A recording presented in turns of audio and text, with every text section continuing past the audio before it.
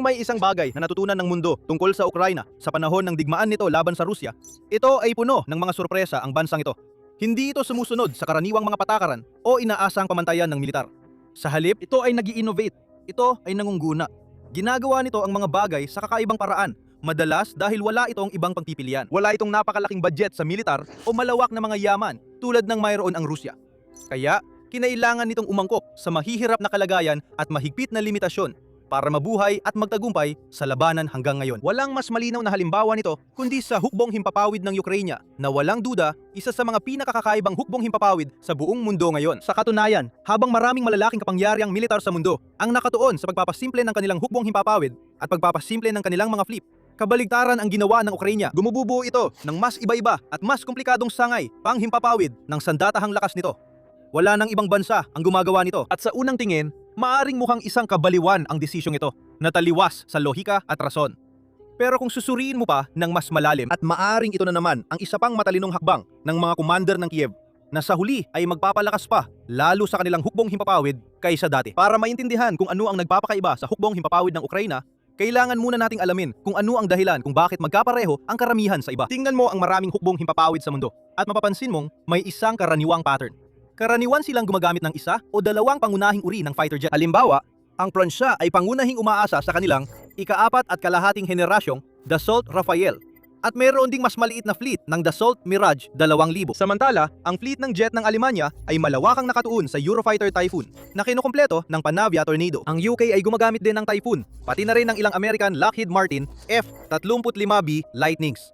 Ganito rin ang kwento sa buong Europa at sa iba pang mga bansa. Ang US ay isang bihirang eksepsyon sa patakaran dahil mayroon itong napakalaking budget sa militar kumpara sa ibang bansa sa mundo na nagbibigay daan dito upang mag-operate at magpanatili ng mas malawak na uri ng mga eroplano. Karamihan sa mga bansa gayon paman ay sumusunod sa parehong paraan at isang karaniwang layunin ng maraming programang modernisasyon ng militar ay gawing mas simple ang mga fleet ng Air Force mula sa komplikado at magkakaibang fleet patungo sa mas maliit at mas simpleng fleet. May dalawang pangunahing dahilan para dito: gastos at pagiging komplikado.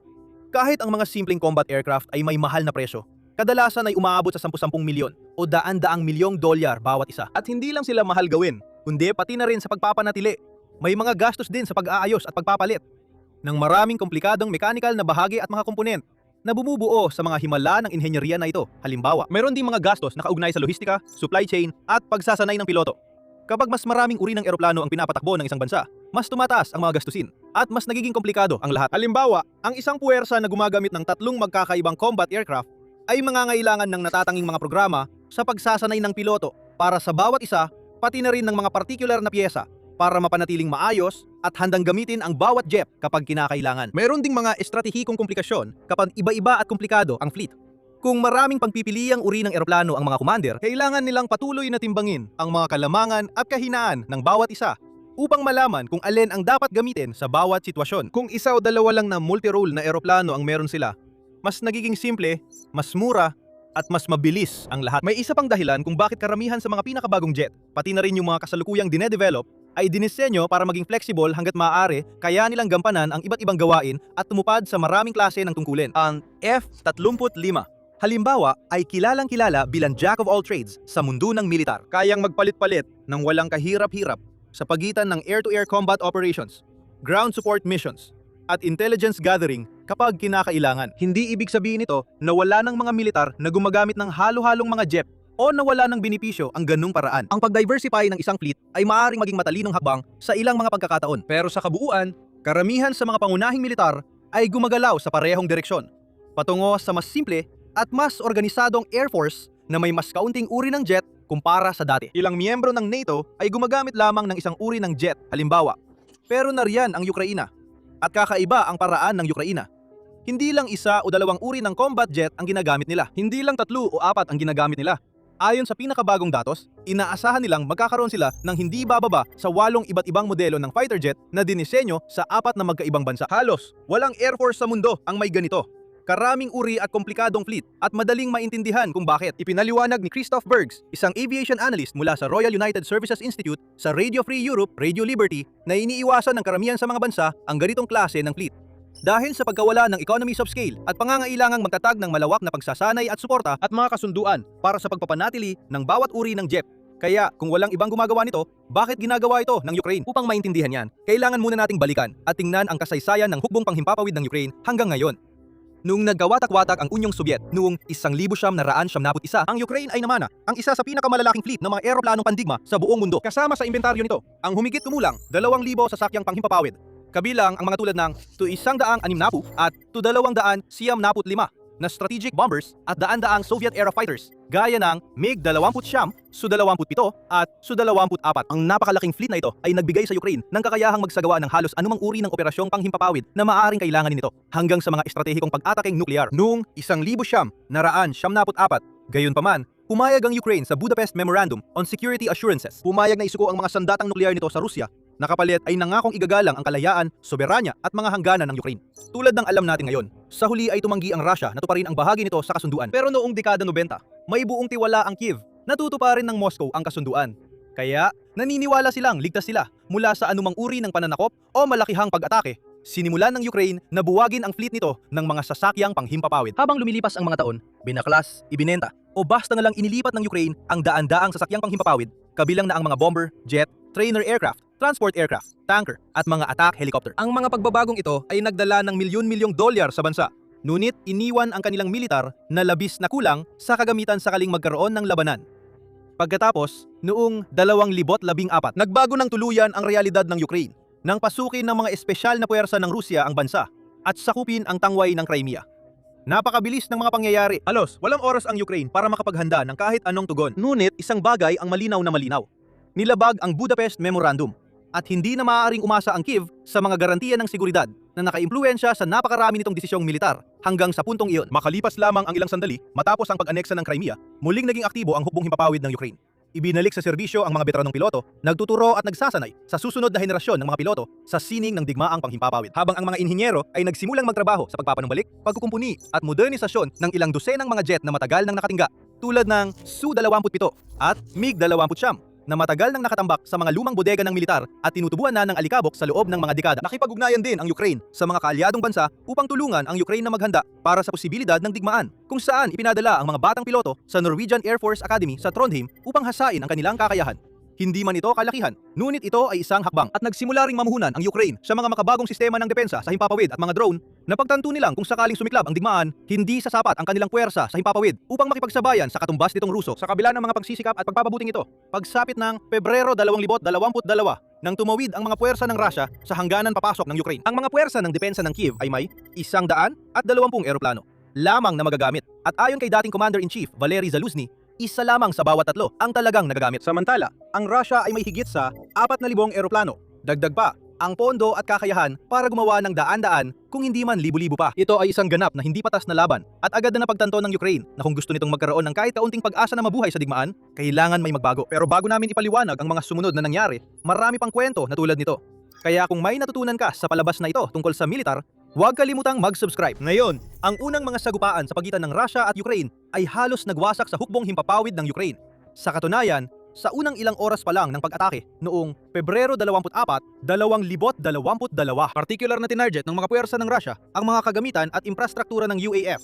Binumba ang maraming paliparan, base at mga imbakan ng gasolina. Sa kabutihang palad para sa Ukraine, marami sa kanilang mga eroplano ay nasa himpapawid na noon o itinago sa ibang mga lokasyon, kaya't nakaligtas ang mga ito. Gayunpaman, pinatunayan ng mga sumunod na araw kung gaano kalakas ang Russian Air Force.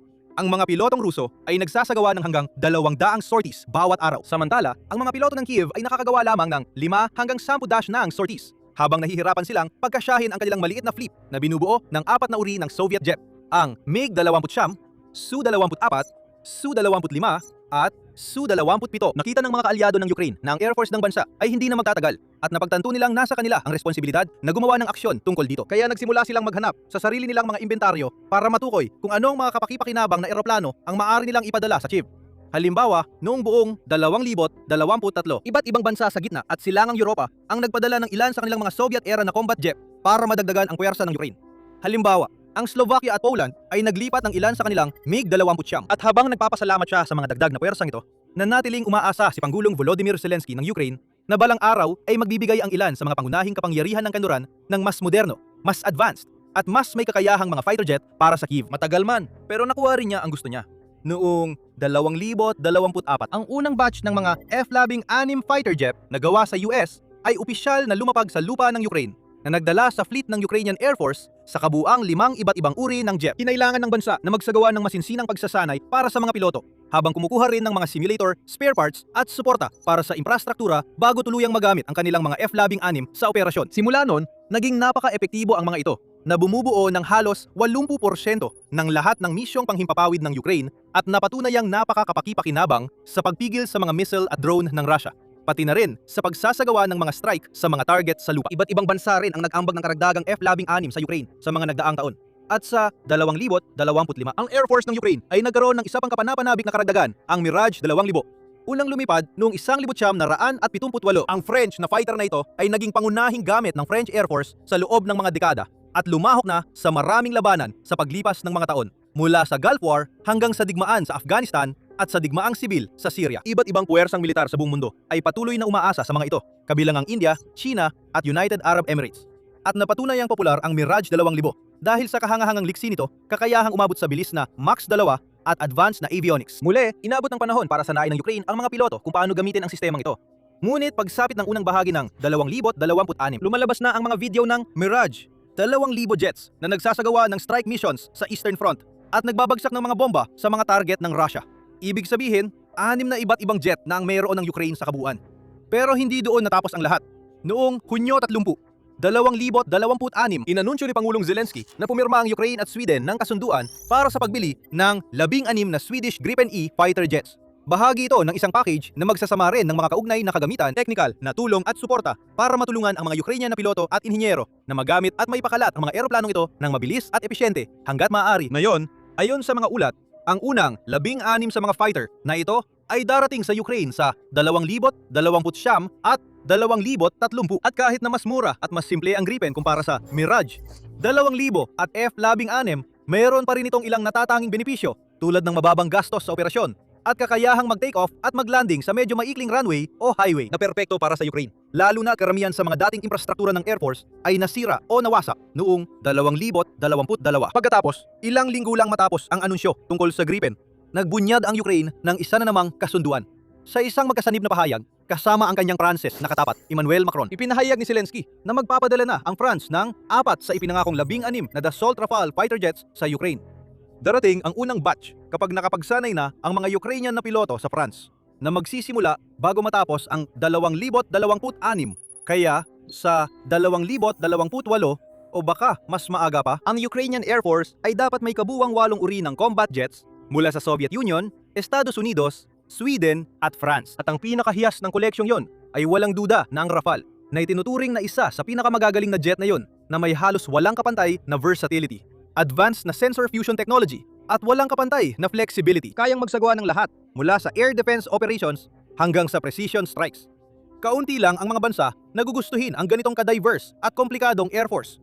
Pero mukhang niyakap ito ng Ukraine. Hindi naman talaga nila kailangang tanggapin ang lahat ng iba't ibang uri ng jet na ito at pwede sanang nakipagkasundo na lang sila sa kanilang mga Western na kaalyado na magpokus na lang sa 1 o 2 uri ng jet pero mas marami ang bilang. Ngunit ayon sa mga eksperto at analyst, sinadya talaga ng Ukraine na pumili ng ganito kakomplikadong fleet habil sa pangmatagalang layunin nitong palitan ang luma at laos na Soviet fleet at gawing puro Western ang kanilang mga eroplano.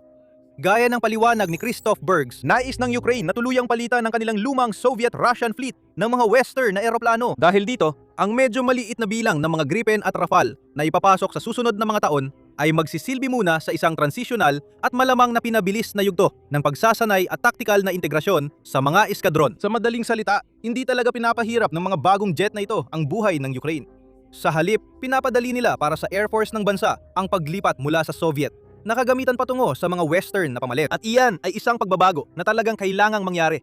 Hindi maaring umasa ang Ukraine sa mga dekada ng lumang Soviet jet magpakailanman. Hindi lang dahil mas luma, mas mabagal at mas mahina ang mga eroplanong ito kumpara sa mga Western na katapat nila. Kundi, nagiging mas mahirap na rin ang pagmintina sa mga ito. Dahil noong sinakop ng Russia ang Crimea noong 2014, naputol ang supply ng mga pyesa at iba pang mahahalagang kagamitan na kailangan ng UAF para mapanatiling lumilipad ang kanilang mga eroplano. Habang lumilipas ang panahon, lalo pang kumukunti ang mga pyesa at materyales mula sa panahon ng Soviet na magagamit ng mga inhinyero ng Kiev. Sa kalaunan, darating ang panahon na ang mga lumang MiG at Su-25 ay hindi na talaga kayang lumipad. Kapag nangyari yon, gusto ng Ukraine na handa na sila. Gusto nitong magkaroon ng buong fleet ng mga eroplano mula sa kanluran na handang lumipad, tuluyang iwan ang lumang panahon at sumisimbolo sa pag-usad ng Kiev papunta sa makabagong panahon. At hindi kayang maging mapili ng Kiev o maghintay pa para bigyan sila ng malalaking bilang ng mga partikular na uri ng eroplano ng kanilang mga kaalyado sa kanluran. Kaya naman masaya nilang tinatanggap kung anuman ang kayang ipadala ng Europa. Pumipirma ng mga kasunduan at nakikipag-usap sa Pransya, Sweden at kahit anong bansa na gustong tumulong. Ganito naging halo-halo ang fleet ng jet ng Ukraine. Hindi ito aksidente, talagang sinadya ito. Ang mga F-16 ang unang dumating dahil marami nito ang US at mga kaalyado sa Europa. Pati na rin maraming ekstrang pyesa para mapanatili silang gumagana. Sumunod ang mga Mirage dahil ang Pransya ay lumalayo na sa modelong iyon at mas nakatutok na sa kanilang Rafale. At sumunod naman ang Gripen dahil marami na nito ang Sweden at sabik silang tumulong sa pagtatanggol ng silangang panig ng Europa. Ang Rafale ang pinakabago at posibleng pinakamagaling na dagdag sa pinaghaluhalong puwersang ito at malinaw ang mga benepisyo para sa Kiev. Makakakuha ito ng sapat na bilang ng mga modernong jet na handang lumaban sa lalong madaling panahon.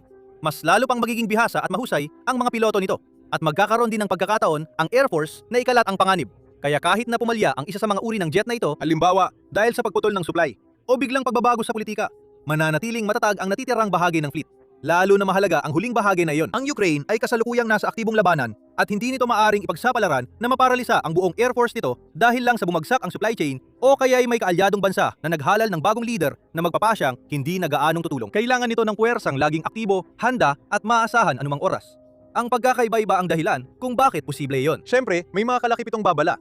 Kilala na mahirap para sa mga bansa na magpanatili ng napakaraming uri ng eroplano. At kailangan ng Ukraine na maglaan ng oras, pagsisikap at pera para sanayin ng mga piloto at inhinyero nito na gamitin at alagaan ang bawat bagong jet bago ito magamit sa labanan. Sa pangmatagalan, malinaw na ito ay isang kinakailangang hakbang sa pag-unlad ng militar ng bansa na nagbubukas ng daan tungo sa mas maganda at mas maliwanag na kinabukasan para sa UAF. Isa itong hakbang na magbabalik sa kanila sa dating kaluwalhatian pagkatapos ng Soviet at tutulong hindi lang upang talunin ang Russia kundi upang hadlangan din ang anumang mga susunod na pag-atake o pananakop sa kanilang teritoryo. At ang mga kaalyado ng Ukraine ay hindi lang nagbibigay ng mga fighter jet, nagdadala rin sila ng iba pang mahahalagang kagamitan na nagpapabago sa takbo ng digmaang ito. Halimbawa, ang Poland ay nagbigay sa Ukraine ng isa sa pinakamahalaga nitong armored vehicle na maaari mong malaman ang lahat ng detalye tungkol dito sa video na ito. O kung gusto mong makita kung paano lalong lumalakas ang drone army ng Ukraine araw-araw, panoorin mo ang video na ito tungkol sa bagong Zirka Interceptor. At syempre, huwag kalimutang mag-subscribe sa Military Show para sa mas marami pang breaking news, kaalaman at pagsusuri tungkol sa digmaan ng Russia at Ukraine at iba pang mga labanan sa buong mundo.